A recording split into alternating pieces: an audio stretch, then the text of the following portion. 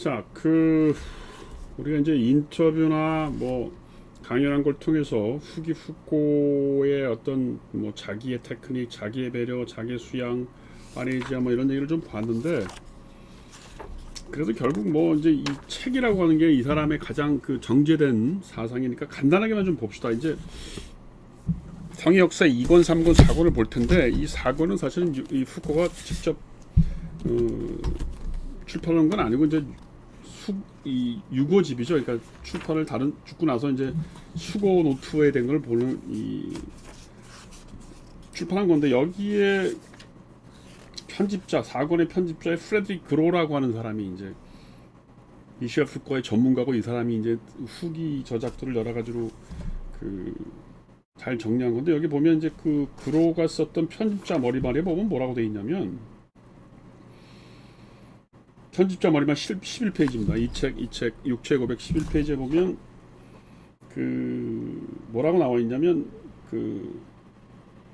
세 권으로 성의 역사가 나눠지지만 이렇게 돼 있다는 거예요. 그러니까 쾌락의 사용법, 이거 이제 쾌락의 사용법이라는 게 뭐야? 이거죠. 2권. 이거 성의 역사 2권은 고대 그리스 사상에서 성적 행동에 대한 생각하는 방식을 연구한 것이다.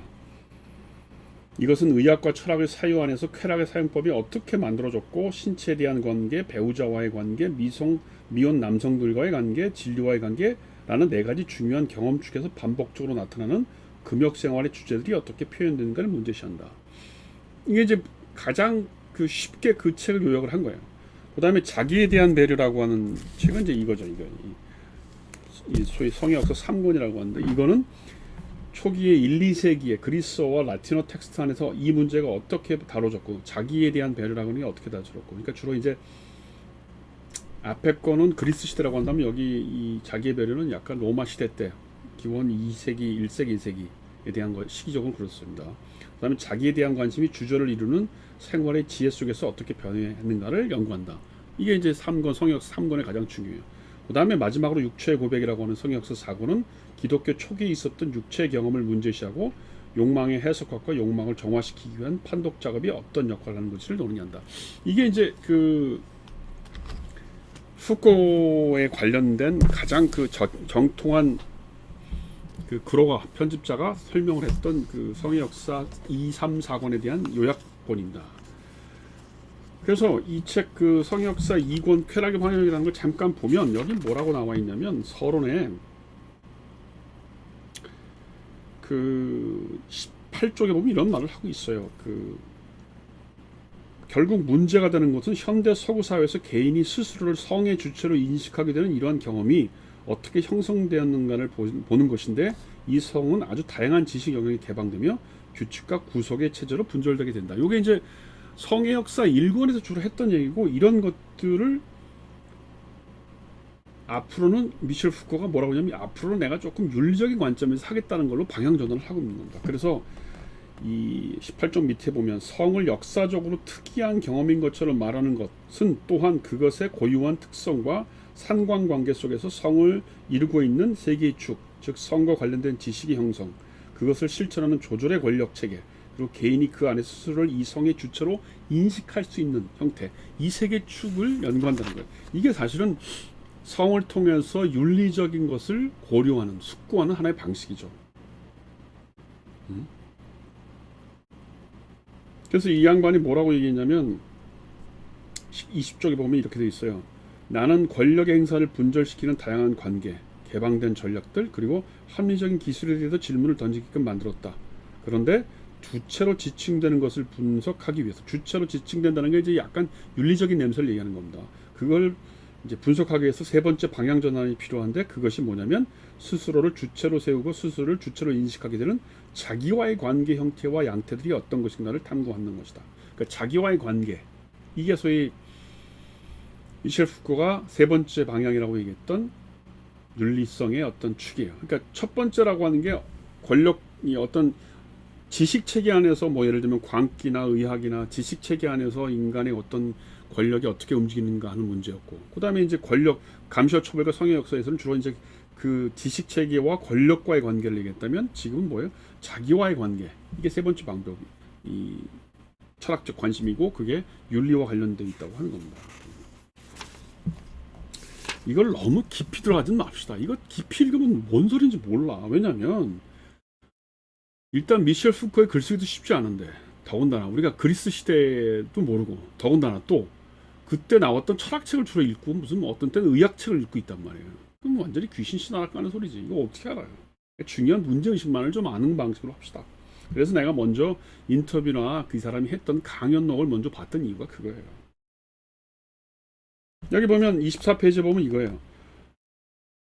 어떻게 무슨 이유로 해서 그리고 어떤 형태로 성행위가 도덕적인 영역을 이루게 됐느냐. 그렇죠.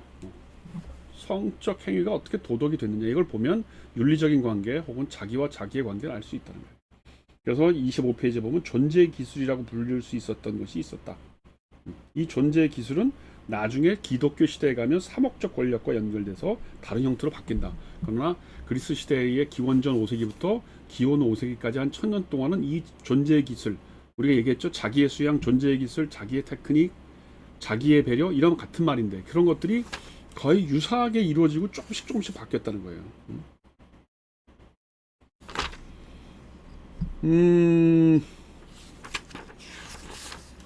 뭐 여기에서 보면 39페이지에 서론의 39페이지입니다. 도덕과 자기 실천에서 봅시다.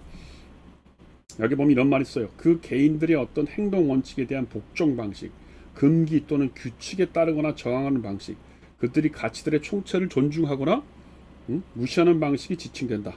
이런 걸 도덕이라는 말로 얘기할 수 있다는 거예요. 이러한 측면의 도덕 연구는 개인이나 그룹들이 어떻게 그리고 어느 정도의 변화나 위반의 여지를 지니고서 그들의 문화 속에서 명시적으로 혹은 암묵적으로 주어진 그리고 그들이 다소간 명확하게 의식하고 있는 규칙 체제에 의거하여 행동하냐 하는 것을 결정해야만 한다.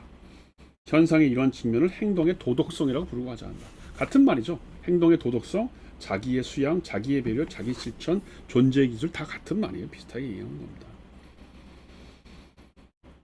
그래서 뭐 여기 보면 뭐 이제 기억하는 거 뭐 여러 가지 그 도덕적 주체 목적론이라고 불릴 수 있는 테크닉들이 많이 나왔다는 거예요.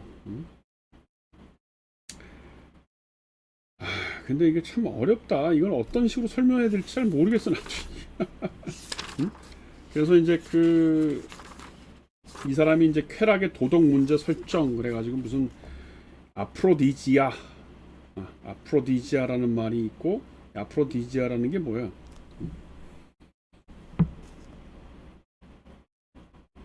아프로디테의 행위, 그러니까 어떤 영역에서 허락될 수 있는 행위들, 뭐 이런 것들, 뭐 예를 들면 쾌락을 얻기 위해서 그 인정해 줄 수 있는 행위나 몸짓, 접촉 이런 걸 아프로디지아라고 하는 거죠. 그러니까 그런 게 어떤 게 있었나를 쭉 설명하고, 첫 번째로 이게 이제 1장에서 하는 겁니다.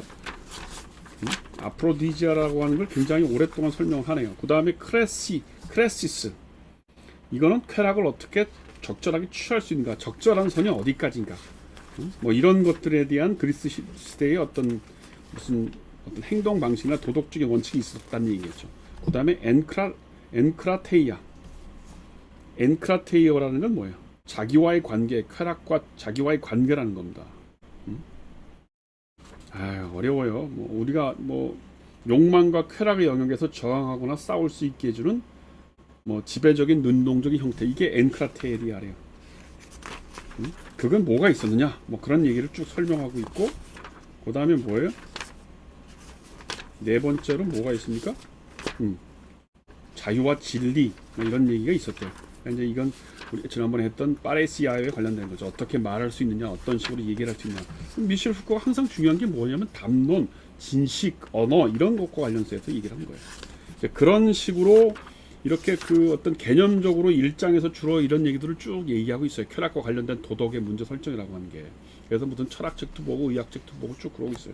내가 보기에 이 성역사 2권에서 가장 중요한 건 2장인 것 같아요. 양생술이라고 하는 건데, 특히 이제 이 양생술에서 보면 뭐가 되겠냐면, 그 117페이지에 보면 운동하는 거, 먹는 거, 음식 먹는 거, 수면, 뭐 성관계 이런 것들에 관련된 여러 가지 그 당시에 어떤 절차나 규칙이나 무슨 권고 사항이 있었다는 거예요.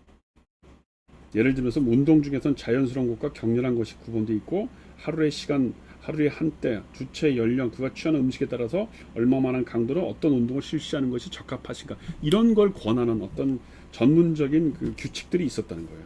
그다음에 식사 또 뭐 운동 후 다소간에 더운 목욕을 해야 되냐 뭐 그다음에 식사 전에 운동을 해야 되느냐 식사 후에 해야 되느냐 그다음에 식이요법도 무슨 어떤 음식을 먹고 질과 양은 어느 정도 해야 되고 육체의 일반적인 상태는 뭐 이런 거를 전부 다 이렇게 설명하는 이런 걸 뭐라고 그래 양생술이라는 거죠.